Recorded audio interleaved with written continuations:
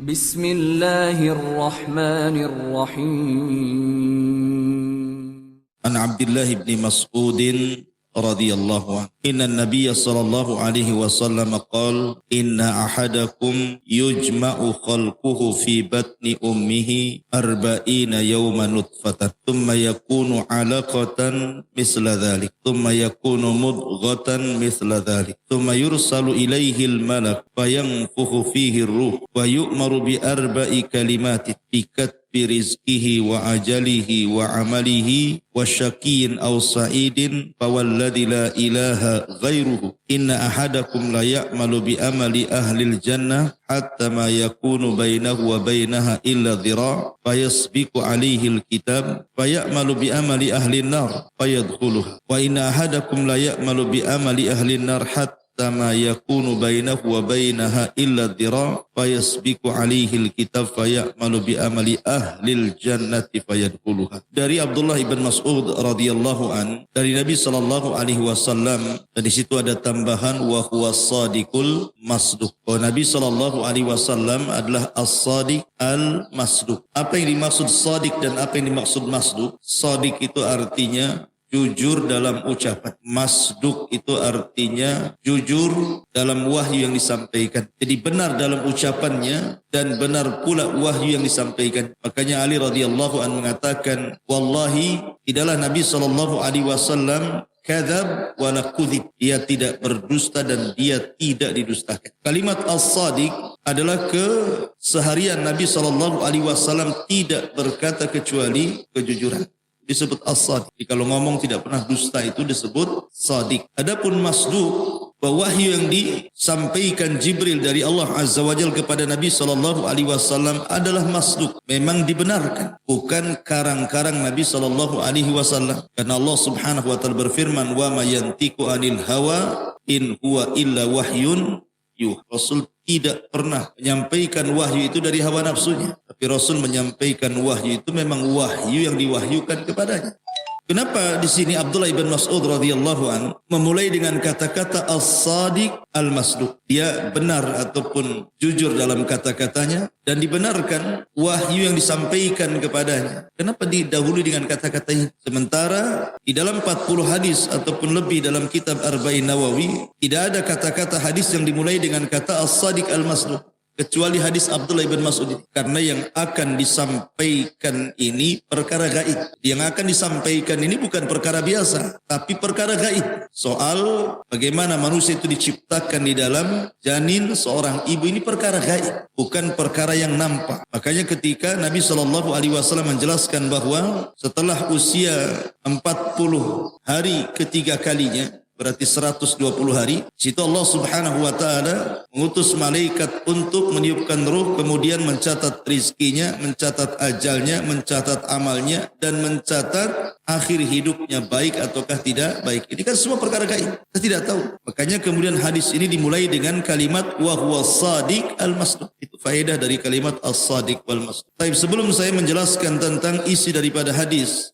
yang keempat dari hadis Arba'in Nawawi, sebagaimana biasa kita kenalan dulu dengan rawi hadis. Rawi hadis Abdullah ibn Mas'ud radhiyallahu an, kunyahnya adalah Abu Abdurrahman atau dikenal dengan Ibnu Ummi Abdi, dan dia adalah Abdullah ibn Mas'ud al-Khudhali dari kabilah Khudhail. Abdullah ibn Mas'ud radhiyallahu an yang meninggal pada tahun 32 Hijriah ini adalah seorang sahabat Rasul, dan dia orang faqih, orang cerdasnya dari kalangan sahabat Rasul, dan dia seorang qari Al-Quran, bahkan seorang muhaddis, ahli hadis, karena dia salah satu daripada perawi hadis Nabi sallallahu alaihi wasallam, dan dia juga termasuk as-sabiquna fil Islam, orang yang mula-mula masuk Islam, tergolong dari 7 sahabat dari 6 sahabat yang sebelumnya sudah masuk Islam. Dia nomor urut ke-7-nya. Karena dia yang mengatakan sendiri bahwa aku adalah orang yang ke-7 setelah 6 para sahabat yang sebelumnya masuk Islam.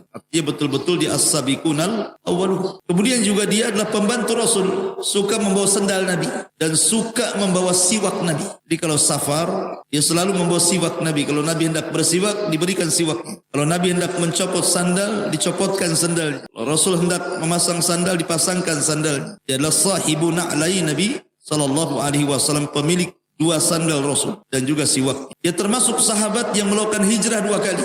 Hijrah pertama ke Ethiopia Habasyah yang bernaung di Raja Ashamat bin Afjur atau Raja Ethiopia. Kemudian yang kedua hijrah ke Madinah. Artinya memang betul-betul dia mengalami tekanan-tekanan dakwah sehingga harus hijrah ke Habasyah, Ethiopia. Dan dia orang yang solat kedua kiblat. Pertama kiblat ke Baitul Maqdis, kemudian dialihkan kiblat ke Baitullah Al-Haram. Dan hebatnya dia orang yang pertama kali menjaharkan qiraah Al-Quran setelah Nabi di Mekah. Ada orang berani ngaji di depan orang kecuali Abdullah ibn Mas'ud di zaman itu, di awal-awal Islam setelah Rasul. Dan Abdullah ibn Mas'ud juga pernah menjadi qadhi di zaman Khalifah Umar bin Khattab radhiyallahu anhu di Kufah, dan beliau meninggal saat kekhilafan Utsman ibn Affan radhiyallahu. Sedikit saya akan menjelaskan biografi Abdullah ibn Mas'ud radhiyallahu anhu. Sebab masuk Islamnya, jadi suatu ketika Nabi SAW dengan Abu Bakar ini sedang jalan-jalan. Rupanya berjumpalah Abdullah ibn Mas'ud yang ketika itu bekerja kepada seorang yang bernama Uqbah ibn Abi Mu'aid. Uqbah bin Abi Mu'aid orang paling celaka. Dialah yang meletakkan kotoran di pundak Rasul saat sujud. Lah Abdullah ibn Mas'ud ini bekerja kepada orang ini, Uqbah bin Abi Mu'aid. Di Nabi SAW dan Abu Bakar kemudian berjumpa dengan Abdullah bin Mas'ud yang sedang menggembala kambing. Jadi kata Nabi SAW, wahai Ummi Abdin, adakah kambing-kambing yang bisa diminum air susunya? Katanya Abdullah bin Mas'ud, dia mengatakan, wahai Tuan, saya tidak bisa memberikannya karena ini milik orang. Saya hanya menjalankan amanah saja. Maka Rasul mengatakan, kalau begitu ya sudah. Ada enggak kambing yang tidak ada air susunya? Maksudnya kambing itu tidak beranak. Akhirnya kata Abdullah bin Mas'ud, ada. Maka diserahkan kambing yang kering susunya, sama sekali ada susunya. Kemudian diusaplah kambing itu, tiba-tiba penuh air susu. Tentu hal seperti ini yang pertama kali dilihat oleh Abdullah bin Mas'ud, disangka sihir. Kok bisa mengusap kambing yang tidak mengeluarkan air susu, tiba-tiba air susunya penuh. Maka Abdullah bin Mas'ud pun tertarik ingin belajar. Dia mengatakan, ya Rasul alimni. Rasul, ajarkan itu ilmu itu kepadaku, katanya. Rasulullah SAW mengatakan, nanti kamu datang ke tempat saya. Akhirnya kemudian Abdullah bin Mas'ud menemui Rasulullah SAW dan Abu Bakar. Setelah kemudian diajarkan tentang Islam, maka dia pun kemudian tertarik dan dapat hidayah masuk Islam. Dia pun bersyahadat di hadapan Nabi SAW, asyhadu an la ilaha illallah wa asyhadu anna Muhammadar Rasulullah. Ini sebab keislaman Abdullah ibn Mas'ud. Sampai-sampai sebab keislaman ini juga disebutkan hadisnya di dalam riwayat Bukhari. Kemudian Nabi SAW mengatakan, ya gulam, fa innaka mu'allam. Setelah Abdullah bin Mas'ud masuk Islam, kata Rasul apa?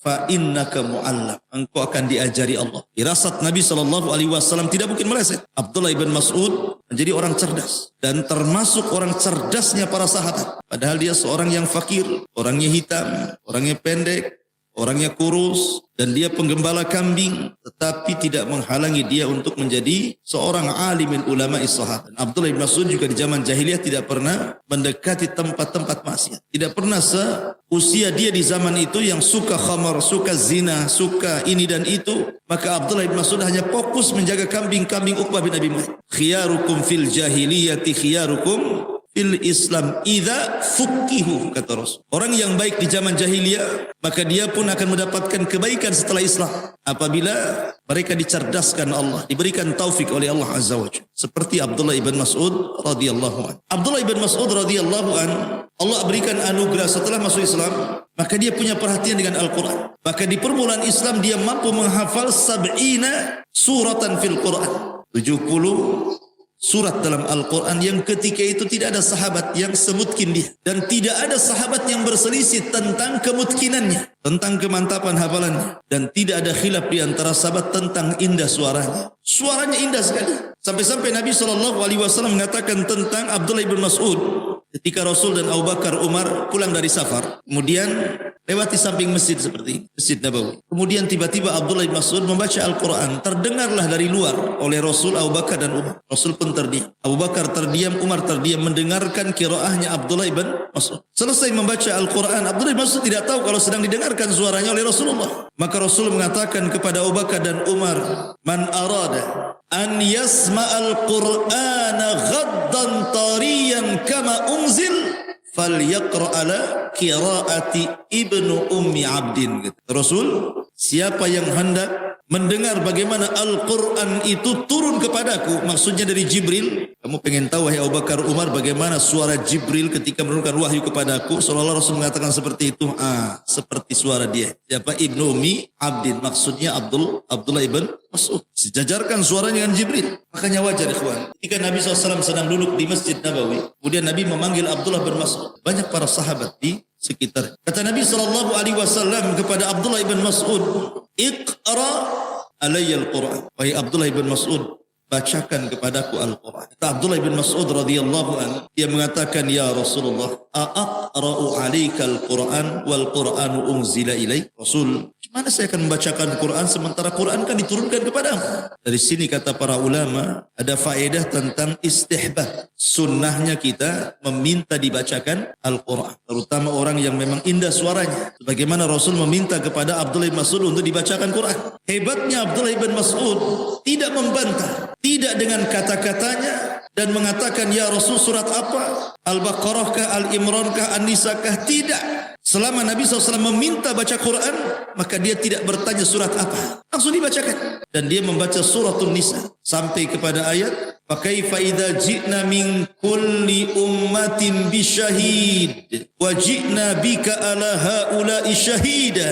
Bagaimana wahai Muhammad kalau seandainya kelak pada hari kiamat setiap umat akan didatangkan saksi kepada mereka dan engkau akan aku jadikan saksi untuk mereka. Ketika kemudian sampai kepada surat ayat indah surah An-Nisa, apa kata Rasul sallallahu alaihi wasallam? Hasbuka ya Ibnu Mas'ud. Cukup wahai Ibnu Mas'ud. Maka tiba-tiba Nabi SAW kemudian langsung menangis. Kemudian Abdullah bin Mas'ud melihat Nabi SAW menangis seperti air yang direbus. Air rebus, antum dengar kalau air yang direbus itu. Begitulah Nabi SAW menangis. Dari sini ada adab yang bagus sekali. Tangisan Nabi SAW ketika membaca Al-Quran. Muncul sebuah kaidah yang disebutkan para ulama bahwa hifdzul hudud afdal min hifdil huruf. Jadi seseorang ketika membaca Al-Quran, dia paham isi daripada apa yang dibaca jauh lebih baik dibandingkan dia hafal hurufnya saja. Antum tahu kenapa Yahudi disesatkan? Dan Allah katakan ghairil maghdub, mereka dilaknat. Sebagaimana Nasrani zalim disesatkan karena muamalah mereka terhadap Taurat. Mereka hanya hafal huruf tapi tidak hafal hudud, tidak hafal isi dibanding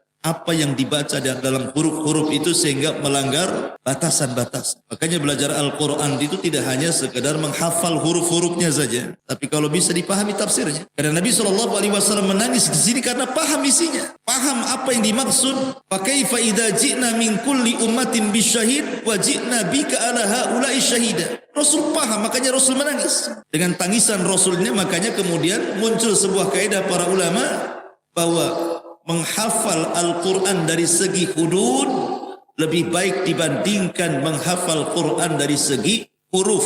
Baik, Abdullah bin Mas'ud radhiyallahu anhu saking cintanya dengan Nabi sallallahu alaihi wasallam sampai-sampai dia dikategorikan dari sahabat-sahabat yang diberikan rekomendasi Nabi untuk diambil Qurannya. Rasul mengatakan iqra'ul Quran min arba'ah. Bacalah Al-Quran dari 4 orang. Dan Rasul menyebutnya urutan pertama Abdullah ibn Mas'ud, yang kedua Ubay ibn Ka'ab, yang ketiga Mu'ad ibn Jabal, yang keempat Salim maula Abi Hudzaifah. Kata Rasul, ambil Al-Quran dari 4 orang. Abdullah ibn Mas'ud, Ubay ibn Ka'ab, Mu'ad ibn Jabal, Salim maula Abi Hudzaifah. Abdullah ibn Mas'ud nomor urut pertama. Ya, karena Abdullah ibn Mas'ud sendiri adalah satu di antara sekian sahabat yang menjadi juru tulis wahyu.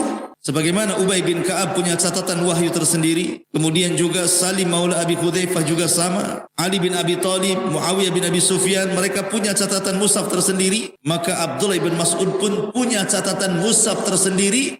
Bedanya dengan catatan mushaf yang lainnya, kalau yang lainnya hanya menulis sesuai dengan apa yang diturunkan kepada Rasul, ditulisnya umpamanya Al-Baqarah ya ditulis Al-Baqarah, Al-Imran ya Al-Imran, tapi kelebihan mushafnya Abdullah ibn Mas'ud dicantumkan dengan tafsir-tafsirnya. Makanya wajar kalau Abdullah ibn Mas'ud radhiyallahu anhu sebagaimana riwayat Masruq ibn Ajda', beliau Abdullah ibn Mas'ud mengatakan, wallahi alladzi la ilaha ghairu ma unzilat suratun min kitabillah illa ana a'lam aina unzilat wala unzilat ayatun min kitabillah illa ana a'lam fima unzilat walau a'lama ahadan a'lam minni walau a'lamu ahadan a'lama minni bi kitabillahi azza wa jal tablughuhul ibilu la raqibtu ilaihi. Sampai dia mengatakan apa? Demi Allah, yang tidak ada Tuhan yang berhak disembah kecuali Dia. Tidaklah satu surat diturunkan dari Al-Quran kecuali aku tahu di mana turunnya. Letak turunnya di mana aku tahu. Apakah dia Makkiyah atau Madaniyah. Dan tidaklah Al-Quran satu ayat diturunkan dari Al-Quran kecuali aku tahu untuk siapa diturunkan Al-Quran itu. Jadi Abdullah bin Mas'ud tahu semua di mana turun, untuk siapa turun, dalam masalah apa turun, dalam kasus apa turun, dia semua tahu. Sampai-sampai dia mengatakan, kalaulah saya mengetahui a'lamu ahadan, satu orang dari sahabat Rasul yang lebih paham dari aku mungkin dalam beberapa surat atau ayat, dan itu bisa ditempuh dengan mengendarai unta, la raqibtu ilaih, aku pun akan datang kepadanya. Kenapa?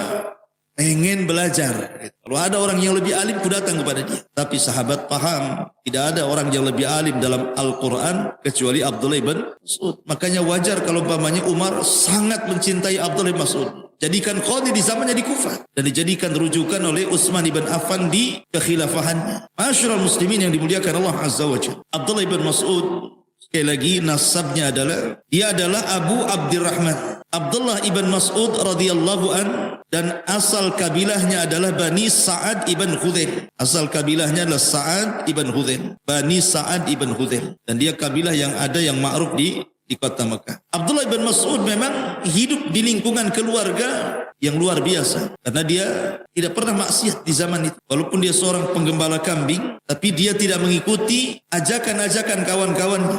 Dan dia pun menikah dengan seorang yang bernama Hafidah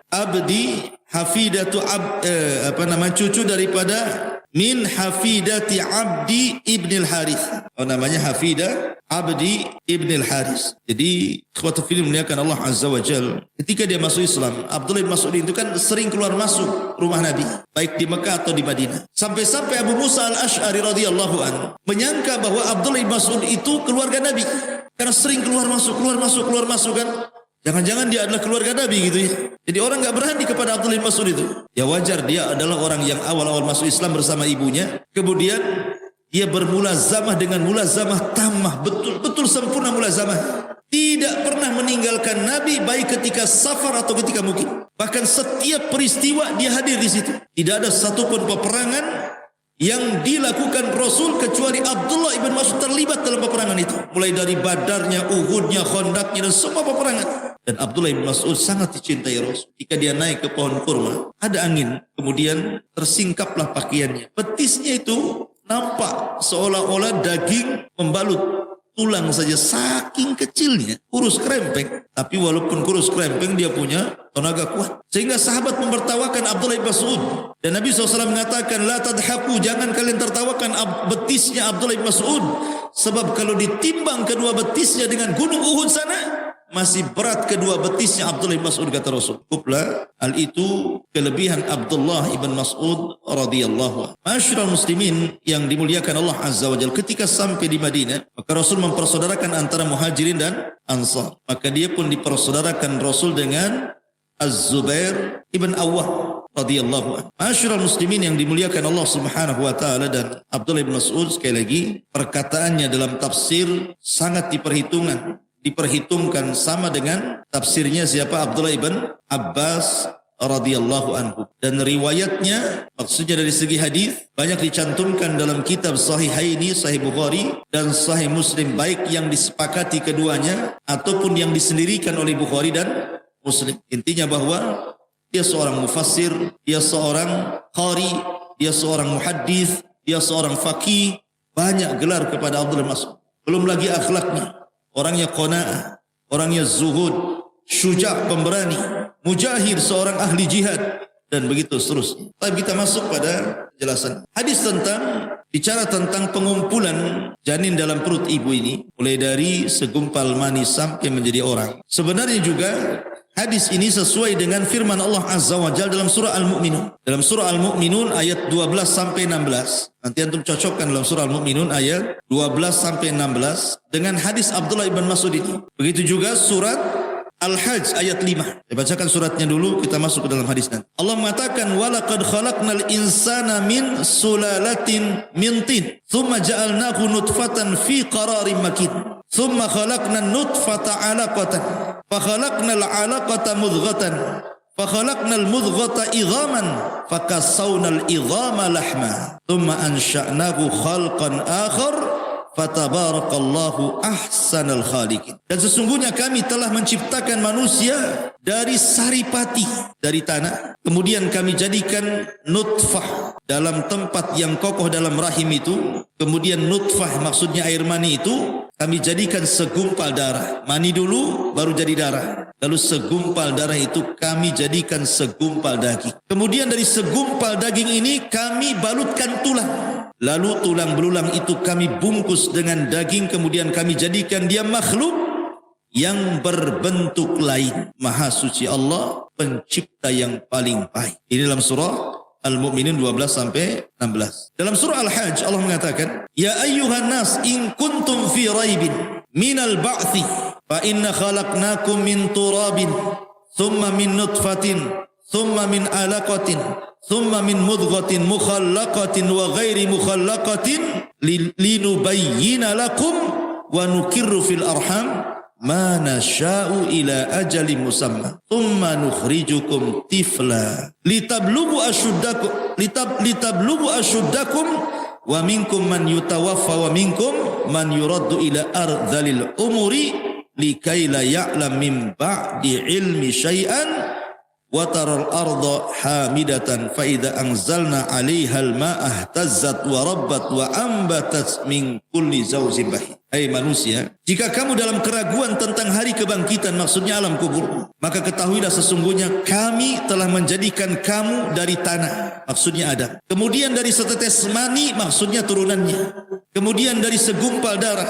Kemudian dari segumpal daging yang sempurna kejadiannya dan yang tidak sempurna, agar kami jelaskan kepada kamu dan kami tetapkan dalam rahim apa yang kamu kehendaki sampailah kepada kedewasaan, sampai waktu yang sudah ditentukan. Kemudian kami keluarkan kamu sebagai bayi, kemudian dengan berangsur-angsur kami jadi dewasa, dan di antara kamu ada yang diwafatkan cepat dan ada pula di antara kamu yang dipanjangkan umurnya sampai pikun, supaya dia tidak mengetahui lagi sesuatu apapun yang dahulunya telah diketahui. Dan kamu lihat bumi ini kering, kemudian apabila telah kami turunkan air di atasnya, hiduplah bumi dan suburlah bumi dan menumbuhkan berbagai macam tumbuh-tumbuhan yang indah. Baik, ini Quran ayat 5 dari surah Al-Hajj dan Al-Mu'minun 12 sampai 16. Kita cocokkan dengan hadis Nabi SAW, hadis Abdullah bin Mas'ud. Inna ahadakum, sesungguhnya salah seorang di antara kalian, yujma' khalquhu, dikumpulkan penciptaannya, fi batni ummihi, di perut ibunya, arba'ina yauman nutfah, 40 hari menjadi segumpal mani. Nutfah itu artinya mani. Tentu proses terciptanya manusia itu karena berjumpanya sperma laki-laki dan perempuan kan itu. Baru kemudian membuahi dan disebut nutfah, diletakkan di rahim seorang wanita. Dan selama 40 hari menjadi segumpal air mani itu, thumma yakunu 'alaqatan mithla dzalik. Kemudian baru berubah menjadi segumpal darah. Kemudian dari segumpal darah itu kemudian thumma yakunu mudghatan mithla dzalik, maka menjadi segumpal daging. Segumpal mani 40 hari, berubah segumpal darah 40 hari berikutnya, berubah segumpal daging 40 hari berikutnya. Jadi nampak bentuk manusia itu selama 120 hari. 40 jadi 120 hari baru nampak tuh. Di situ Allah balut daging dengan tulang. Dari sini baru manusia mengetahui mana laki-laki, mana perempuan. Ketika seseorang mengetahui mana laki-laki, mana perempuan, seperti dokter-dokter kandungan itu kan ada USG itu. Nampak ya laki-laki perempuan. Lah ini bukan perkara gaib. Mengetahui ini laki-laki, ini perempuan, ini bukan perkara gaib. Tetapi ini pun ketahuannya setelah 120 hari. Kalau sebelum 120 hari semua gaib. Tidak ada yang tahu. Ini laki-laki, ini perempuan. Ini segumpal mani, mana tahu ini laki-laki, ini perempuan. Segumpal darah, mana tahu. Ini laki-laki perempuan. Baru setelah dibalut daging dan tulang, setelah 120 hari baru ketahuan laki-laki perempuan. Berarti 120 hari sebelumnya perkara gaib. Tidak ada yang tahu. Tetapi hanya sebatas itu saja mengetahui laki-laki dan perempuan. Apakah bayi ini nanti akan pendek, akan panjang, akan tinggi, akan rendah, akan pesek, akan mancung, akan sipit, akan besar kepalanya, akan kecil kepalanya, akan belok matanya, itu perkara gaib. Tak tahu.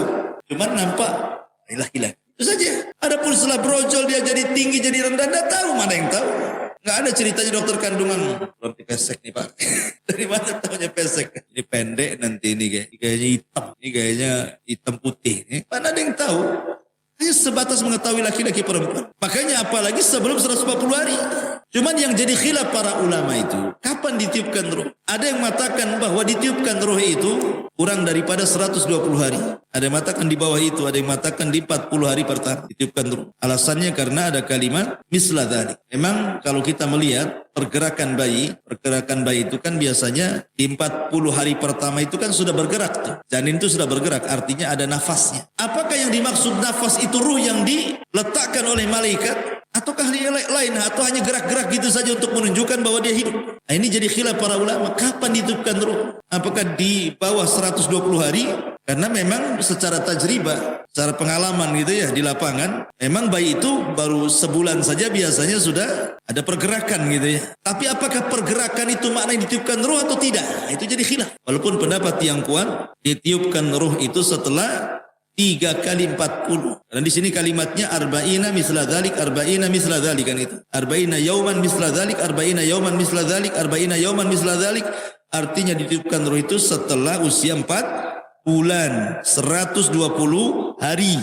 Nah, baru kemudian ditiupkan ruh. Sejak itulah janin menjadi manusia. Makanya nanti akan terkait hukumnya. Yang keguguran setelah 4 bulan dengan keguguran sebelum 4 bulan itu ada hukum tersendiri. Contohnya seperti umpamanya, apakah orang yang keguguran sebelum 4 bulan dan keguguran setelah 4 bulan darahnya dianggap nifas atau bukan? Maka ulama mengatakan kalau kegugurannya sebelum 4 bulan maka tidak dianggap nifas, berarti masih wajib sholat. Kalau ada wanita keguguran di bawah 4 bulan berarti walaupun mengeluarkan darahnya dianggap istihadah, bukan darah nifas. Makanya wajib sholat walaupun keluar darah. Dengan cara ya disumpel lah, dengan softtek, dengan apa gitu ya. Tapi kalau kegugurannya setelah 4 bulan, nah ini sudah masuk nifas. Karena yang dikeluarkan sudah manusia, sudah ada ruhnya. Kalau sebelumnya kan belum jadi manusia, belum ada ruhnya kan. Ini salah satu contoh. Ataupun kalau kegugurannya sebelum 4 bulan, itu bukan manusia, artinya bisa dikubur di mana saja. Tapi kalau sudah 4 bulan berarti sudah jadi manusia, ya dikuburkan di kuburan kaum muslimin, kan? Nah, seperti itu. Nanti kita akan jelaskan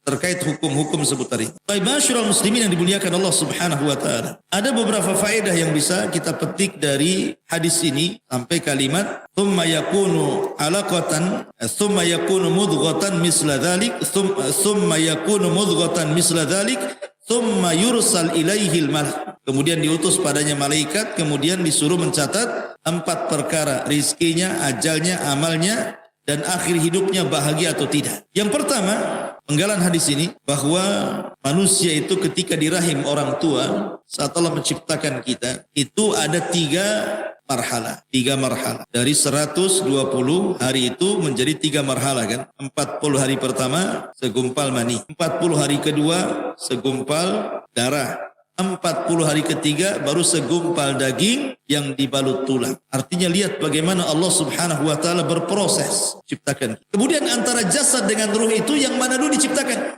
Apakah jasad dulu diciptakan baru ruh? Atau ruh dulu diciptakan baru jasad?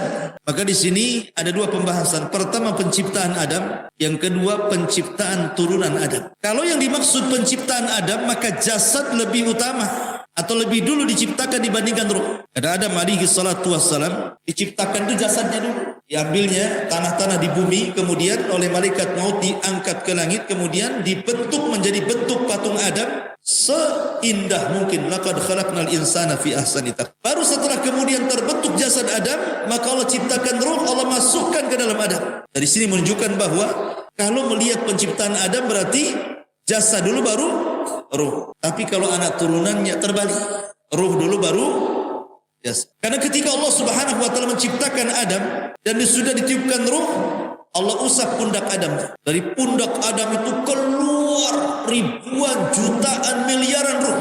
Dan itu akan jadi anak cucunya kelak. Jadi usap oleh Allah punggungnya, keluar semua ruh yang akan menjadi anak cucu Adam. Kemudian diletakkan di alam arwah. Kemudian Allah mengikat perjanjian ruh-ruh di alam arwah. Alastu bi rabbikum qalu bala.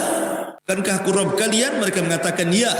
Kau Rabb kami, kata orang-orang ruh-ruh yang ada di dalam arwah itu. Baru setelah itu Allah ciptakan satu persatu jasad dari turunan Adam sampai kepada antum. Setiap Allah ciptakan jasad, ruhnya sudah ada, dikirim malaikat maut, masukkan dan begitu terus. Artinya di sini bahwa kalau terkait dengan Adam berarti jasad dulu baru ruh, gitu ya.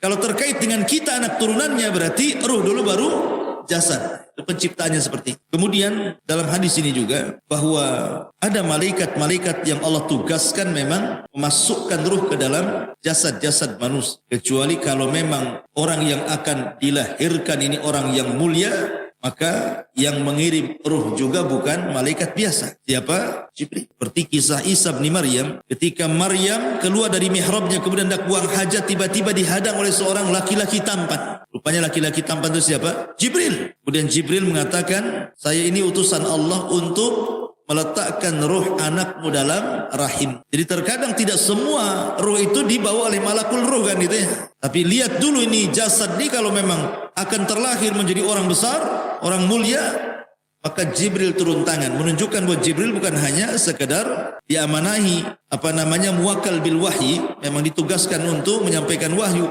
tapi ada tugas-tugas yang lainnya. Salah satunya adalah menyampaikan ruh kepada orang yang akan diistimewakan Allah, seperti memasukkan ruh Isa ibnu Maryam kepada rahim Maryam. Ini juga faedah yang disebutkan.